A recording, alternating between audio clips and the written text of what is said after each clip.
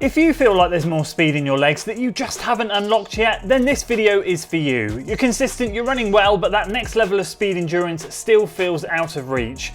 Sometimes it's not about training harder, it's about training smarter. There are a few small tweaks that can quietly transform your running, things most runners overlook, but they make a huge difference when you get them right. In this video, I'm going to share 7 training tweaks that can make you faster. Simple changes you can do right now to see real improvements in your performance. Now these 7 things are things that I personally have experience with. Some I've been doing more recently, some I've been doing for years. I want to share how they've helped me and how they're going to help you unlock that next level so you can take the next step in your running performance. So let's get into it. So the first tweak that's really going to help you is to extend your warm-ups. Now you can do this in a couple of different ways. For my athletes and for me myself, I'll often do 15 minutes nice and easy, and then I'll roll into some kind of relaxed tempo before getting into my intervals. Alternatively, on race day, if it's that type of warm-up, then I'll still do a 15-minute warm-up, but I'll break it up into sections, and so I'll do probably 10 to 12 minutes easy, and then do 3 minutes at that tempo effort, maybe slightly more, and then throw on some strides as well. Well, the honest answer is, and it kind of particularly hits you as you get a little bit older as well, it can be really difficult to hit paces and hit that required effort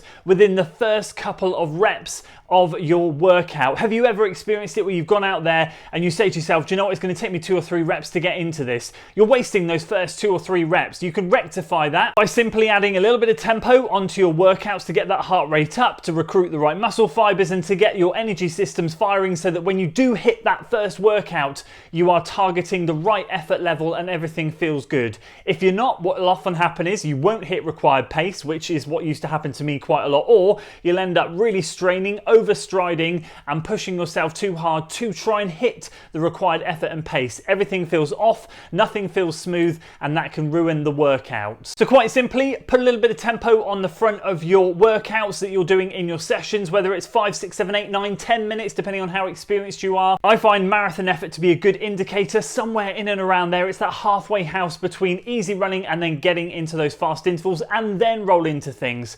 Also on race day, if you ever struggle to get out the gates but then find you lock in 2 or 3 kilometers in, do consider adding a little bit of tempo or threshold work in your warm-up just to get everything firing so that it's not a shock when you do shoot off the line and that heart rate has to do a massive jump up there. Having a slightly higher heart rate when you start the race is beneficial. Number 2, so basic yet so simple, add strides onto some of your easy runs in the week. A lot of us overlook this. I give this to all of my athletes. I do it myself. This is something that I used to overlook massively, really until the last 18 months to 2 years. Since I've been doing it, I feel so much better, especially when I go into those workout days, having done strides the day before, put a bit of tension in the muscles, get myself ready for that speed work the next day. I like to see it as free speed. It's not taking anything out of us really because the strides are so short. I tend to prescribe 20-second strides to my athletes and I do it myself, or if you're on a track, just 100 meters. And they're not even all out, they're just accelerations where you're getting up to in and around 90 to 95% effort, nothing more, and you accelerate into it and you decelerate out of it. It's not a start-stop interval kind of, you're on the line and ready, steady, go. You just work into it, get up to top speed for around 20 seconds or so, and then ease back down the other side. We all know that running faster helps promote good running form, better biomechanics. I certainly need that. I know a lot of other people do as well. And again, it only takes a few extra minutes to drop on the end of some of your easy runs. Number 3, making sure you're running your easy runs truly easy. Again, such a basic topic to cover, and I talk about it a fair bit, but are you really keeping your easy runs nice and easy, nice and relaxed? Can you chat? Can you talk to people when you're out there running, or are you running them a little bit hard? A good way or a good sign if you're not 100% sure and you do have a session the next day is that how overcooked do you feel going into that session? Do you feel too tired to start it? Do you feel like that session was a slog? Were you working too hard the day before?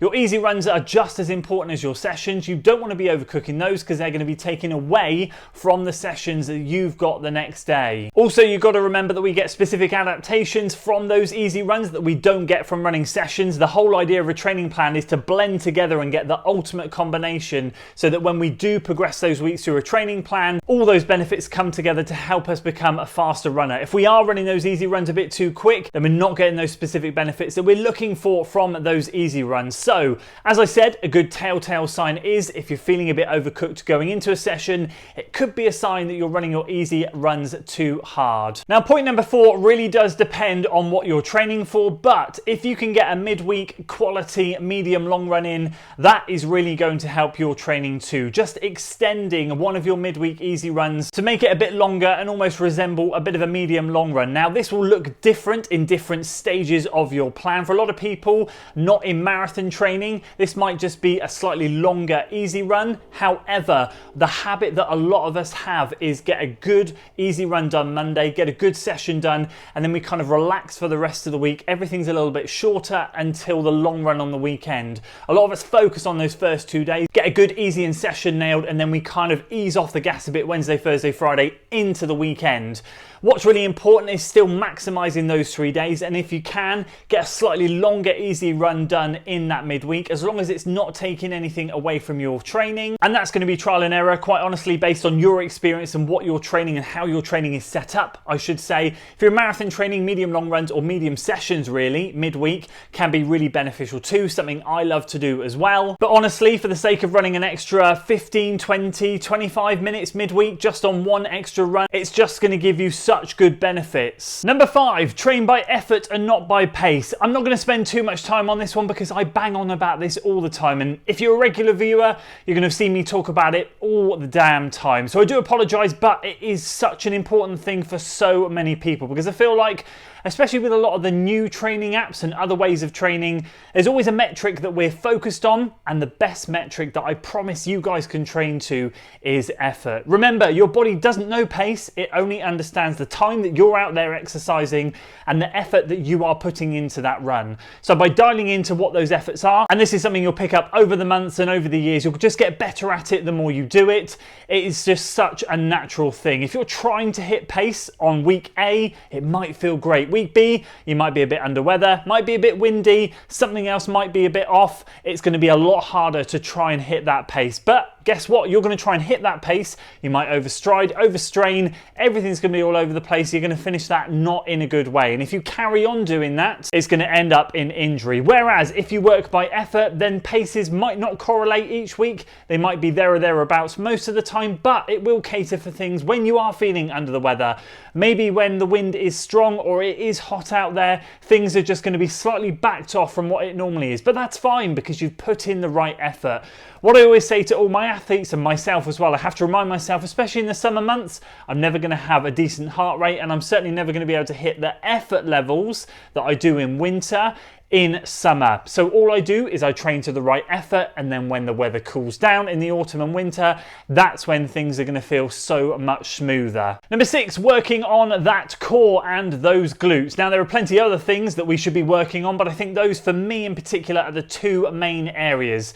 Now, as I said, we're all different. My back is an issue for me, therefore I have to do a bit of specific strength and conditioning for that. Otherwise though, all runners benefit from working on your glutes, your hips, your core. That area is what holds you up and holds you strong.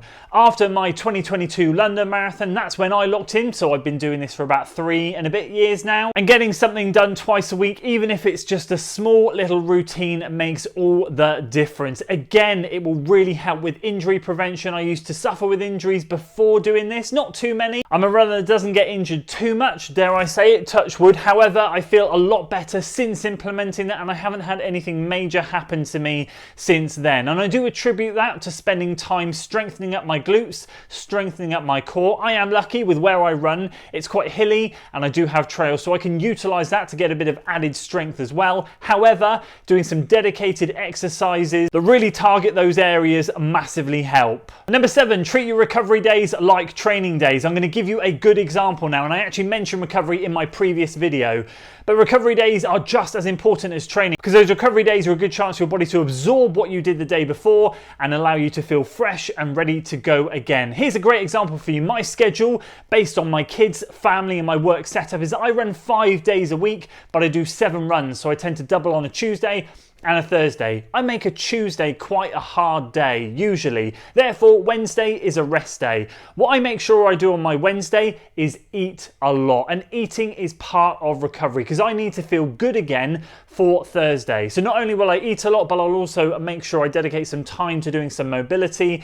In terms of strength and conditioning, it's all about making the hard days hard, easy days easy. So I never do strength work before a session day. That will happen mainly on the Tuesday and the Thursday. So Wednesday is all about loosening up and eating well so that I feel good for the next day. Obviously, if the muscles are feeling a bit tight, I'll do more like massage gun action, potentially a bit of foam rolling, depending on what I've got in my office at the moment. I've got a massage gun down here, a foam roller over there, and I've also got both those things at home. So I'll often use those if I feel I need to, but on the whole, as a rule, it is usually eat a lot and do some good mobility. Now, obviously, I haven't edited this video at this stage. It feels like a quick fire list. I'm not sure how long this will have gone on for, but those are 7 things that have massively helped me, and I know universally help runners improve. Just unlock things, tweak your system, tweak your routine, get you feeling better and help you take the next step. But it doesn't all have to be about the training. The warm-ups and things like that, adding the strides on, yes, that's fantastic, but it's also what we do outside of that, like working on a bit of strength, like mobilizing, like eating and fueling enough and recovering well. All these little things add up, and for me, again, this isn't something you can implement all 7 things straight away, but it's something that I've drip fed into my routine week after week, month after month, so that now everything feels very natural and it is just part of my daily life.